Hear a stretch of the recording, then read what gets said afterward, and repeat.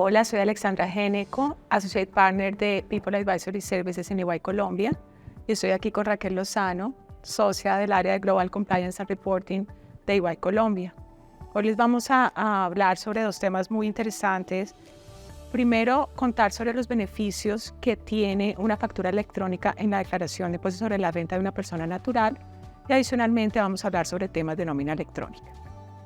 Hola Alex, buenas tardes. Buenas tardes. Un gusto estar contigo hoy.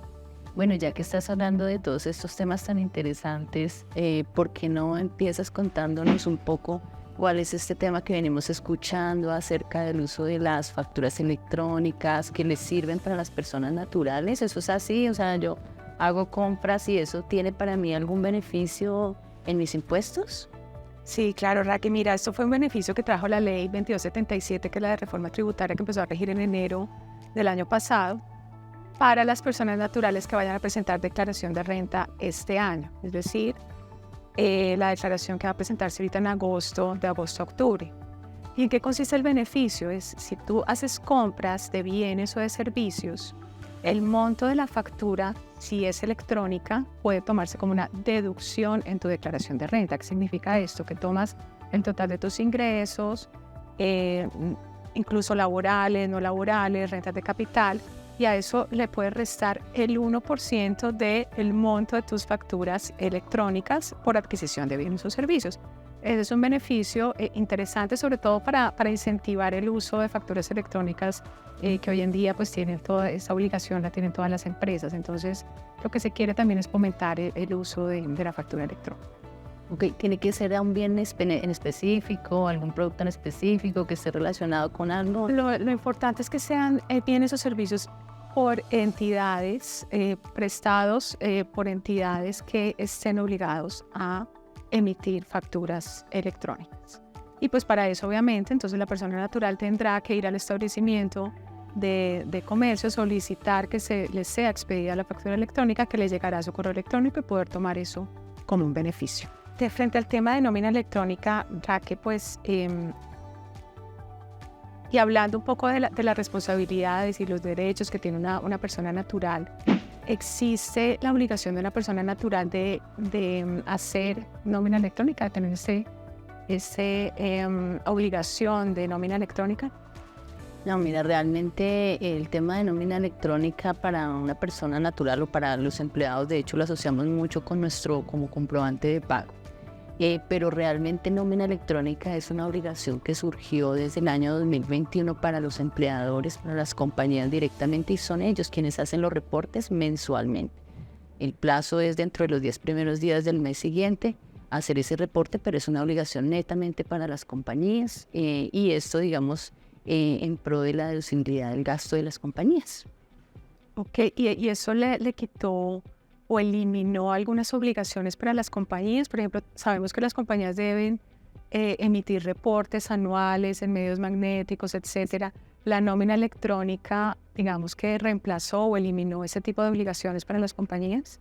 Fíjate que ese es un tema que surgió con la creación, digamos, de esta obligación. Se pensó mucho que como ya tenemos un reporte mensual, ¿cierto?, de todos los pagos y los descuentos que le hacemos a los empleados, entonces de alguna manera, y se lo estamos notificando a la DIAN, entonces de alguna manera pues ya está identificado y ya está notificado como toda la información relevante respecto a empleados.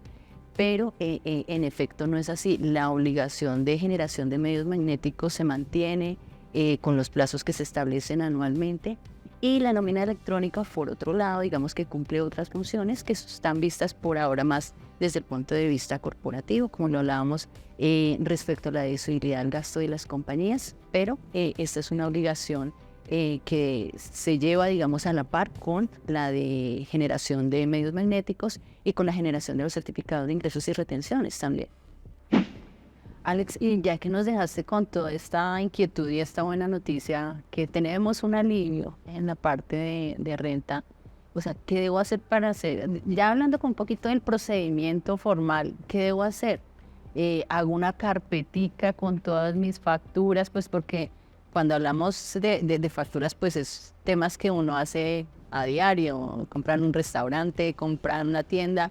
¿Qué tengo que hacer? O sea, reúno todas esas facturas, las guardo, se las mando a mi empleador mes a mes para que me las tengan en cuenta, o eso es con los plazos de abril, que es cuando es la obligación de renovar todos esos certificados y deducibles de retención en la fuente. ¿Cuál es el procedimiento? Ok, fíjate que tú tocas un punto muy importante, Raque, porque ese es un beneficio que yo me puedo llevar en mi declaración de impuestos sobre la renta. Es decir, solamente aquellas personas que están obligadas a presentar declaración pueden llevar este beneficio. Entonces, sí, es importante considerar todas estas facturas que se expiden. Es importante guardarlas y llevar un registro más para efectos de tomarlo como una deducción en la declaración de renta. Pero no tiene nada que ver el hecho de enviarlos a un empleador.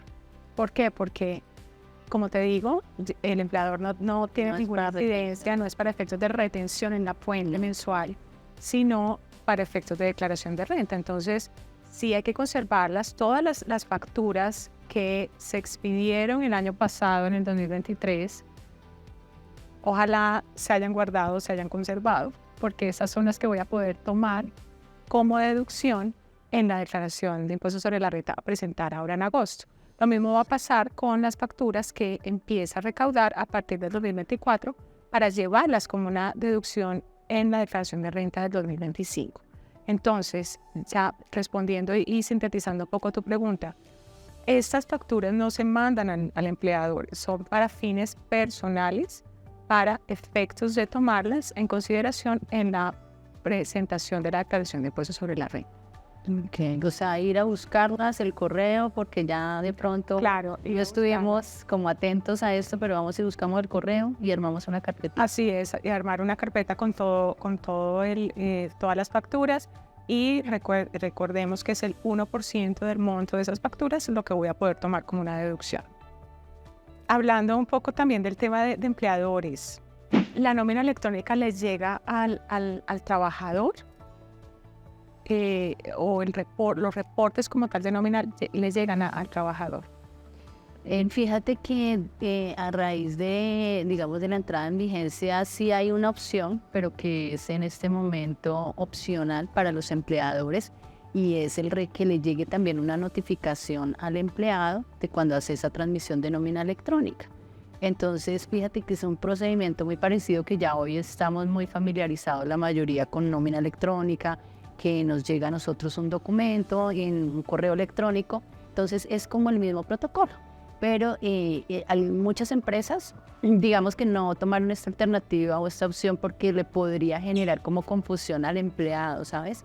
Porque acordémonos que acá tenemos modalidades de pago quincenal, mensual, y esos pagos se hacen en unas fechas, y el reporte de nómina electrónica se hace en otras fechas, ¿no? Se hace dentro de los 10 primeros días del mes siguiente.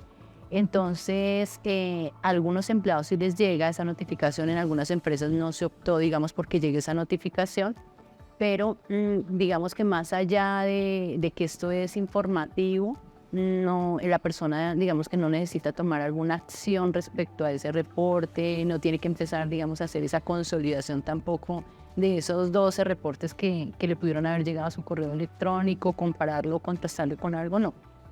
Ok, tampoco entonces tienen la obligación de tomar, por ejemplo, el certificado de ingresos y retenciones que es expedido anualmente por parte del empleador a sus empleados. No tienen esa obligación de tomar el certificado y compararlo con la nómina electrónica, o tienen algún tipo de responsabilidad los trabajadores en ese sentido. Sí, no, interesante pregunta. No, realmente no existe esa obligación. Digamos que en términos o para sus obligaciones fiscales frente a la declaración de renta, pues el certificado de ingresos y retenciones sigue siendo como el documento válido, y la información que va realmente es diferente, porque fíjate que en el certificado de ingresos y retenciones lo que tú reportas son pues todos aquellos ingresos que son que representan, digamos, que parte o son susceptibles de generar enriquecimiento para la persona, y las rentas que pagó, la retención en la fuente que pagó sobre ellas. Pero en la nómina electrónica va todo, van devengados, deducciones, no se hace como una depuración de qué conceptos son salariales, no salariales, cuáles son grabados, no grabados, cuáles van a tributar, cuáles no. incluso de descuentos que se hacen para el empleado y que finalmente, digamos, no tienen ninguna connotación tributaria como tal. Digamos que pagos a terceros, descuentos que el empleado autoriza, ausencias que tiene el trabajador. Entonces, por eso no es una información que realmente es idéntica, no. Tiene, digamos, como tiene propósitos y fines diferentes, efectivamente no, en algunas partes no es exactamente igual. Alex, esto, ya de acuerdo a todo lo que ya nos has explicado amablemente con el tema de facturación electrónica, entonces ya, y habiendo aclarado que solo aplica para renta, que no tiene nada que ver con mi retención en la fuente mensual, ¿cuál sería el procedimiento para yo hacer la depuración? Digo, para estas personas que son muy hábiles y pueden hacer su propia declaración o con el contador, ¿cómo es el procedimiento para tomar esa deducción?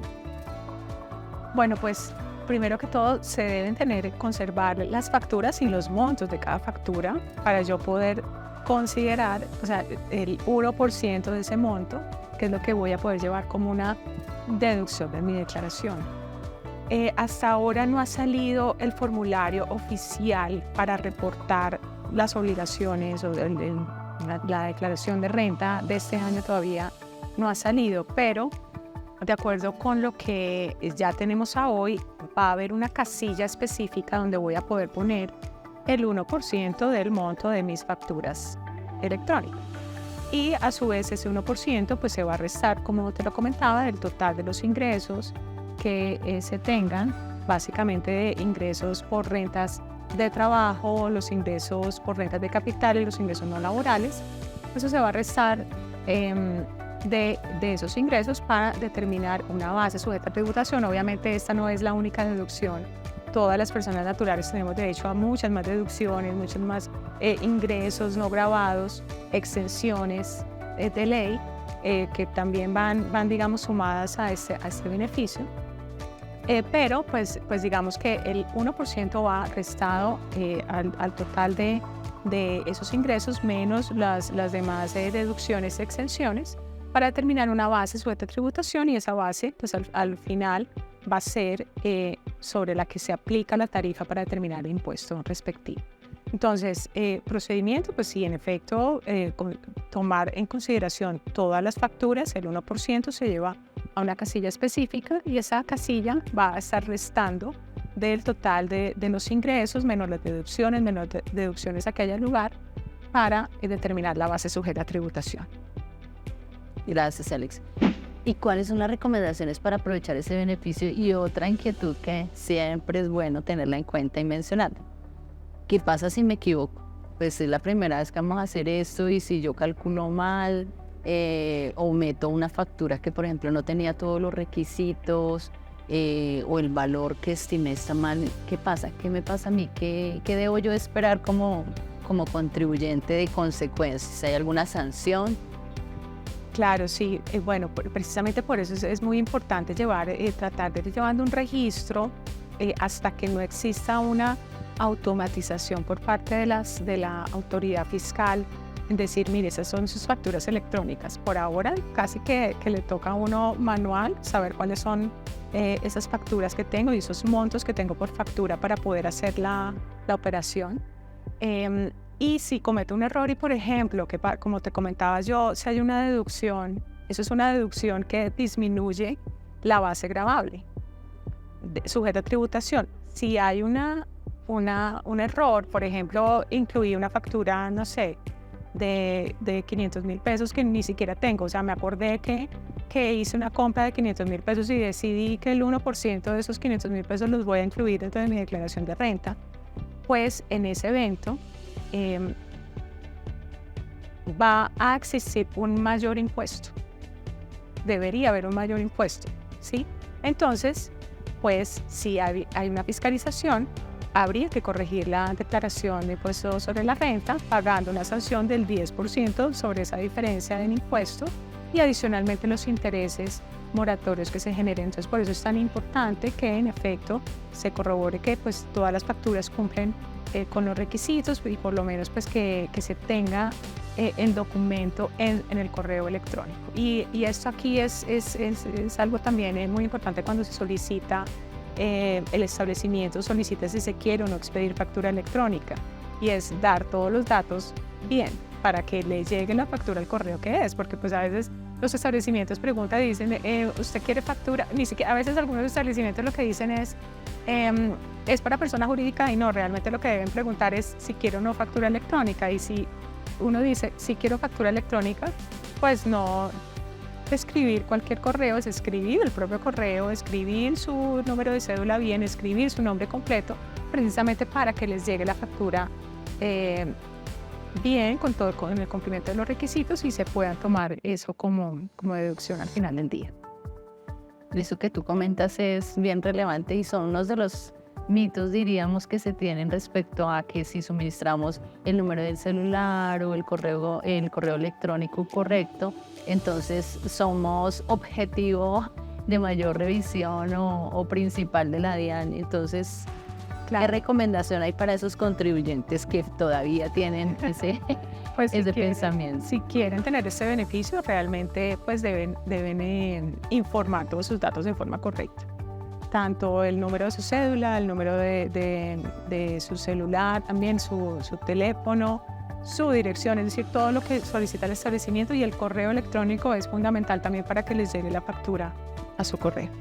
Alex, muchísimas gracias por todas las explicaciones, aclaraste seguramente muchas dudas que han tenido muchas personas, y cuéntanos desde EY cómo podemos ayudar a las personas naturales con todas estas obligaciones. Claro, Raquel, sí, pues el área de People Advisory Services, del cual soy Associate Partner, se enfoca principalmente en la asesoría a personas naturales para la elaboración de su declaración de impuestos sobre la renta. Entonces aquí obviamente tenemos este apoyo tanto a las personas naturales como a las compañías que contratan nuestros servicios para hacerle la declaración de renta a sus trabajadores. Entonces podemos apoyarlos desde esa perspectiva. Adicionalmente, todo lo que tiene que ver, todo lo relacionado con preguntas específicas sobre retenciones en la fuente a trabajadores, incluso preguntas sobre seguridad social propiamente.